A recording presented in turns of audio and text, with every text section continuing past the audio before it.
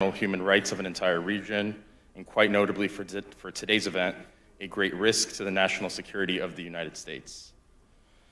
For decades, the regime in Tehran has deployed a range of tactics to undermine the international community, including threats of nuclear capabilities, terror, missiles, drones, and cyber warfare.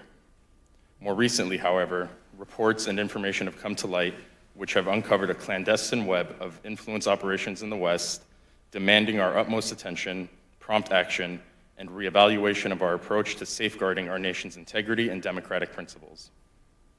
First and foremost is the issue of Iran's sophisticated influence operations, which have been steadily and discreetly expanding into the institutions of US policymaking for decades. Recent reports and publications have revealed a nuanced and calculated strategy employed by Iran to influence US policy stances.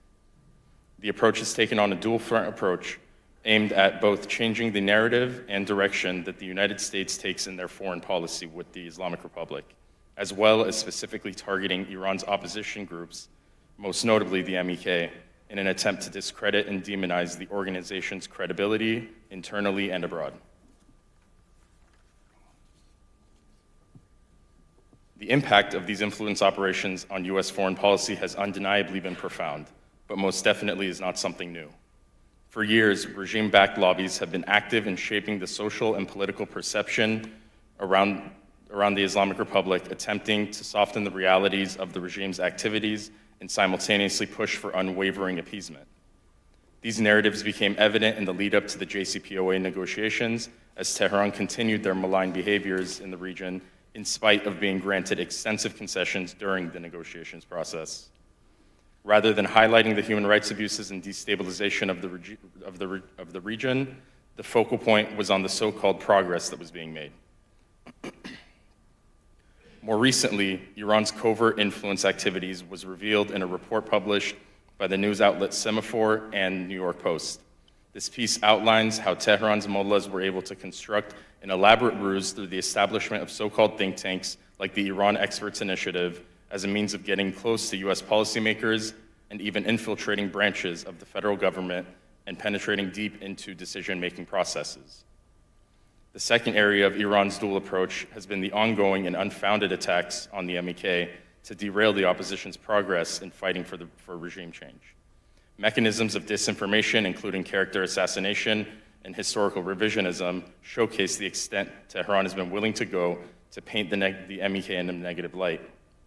These same individuals and organizations that have been at the center of promoting a pro-Iran narrative have also taken aim at demonizing the MEK. Through an array of publications, influence on institutional actors, and proximity to foreign policy circles, these individuals have actively fabricated a manipulated narrative regarding the MEK.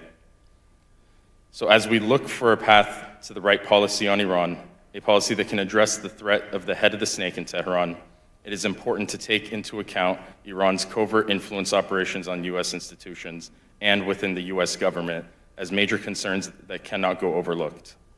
I know several members of Congress, many of which who were here today, including Chairman McCall, who was not here today, but and many others continue to focus on this topic and are calling for hearings and transparency on the issue. We also need to demand a thorough review of our current policy towards Iran, and more importantly, establish a more cohesive and effective policy that is deserving of the American values and supports the Iranian people's call for regime change. Only by doing so will we be able to ensure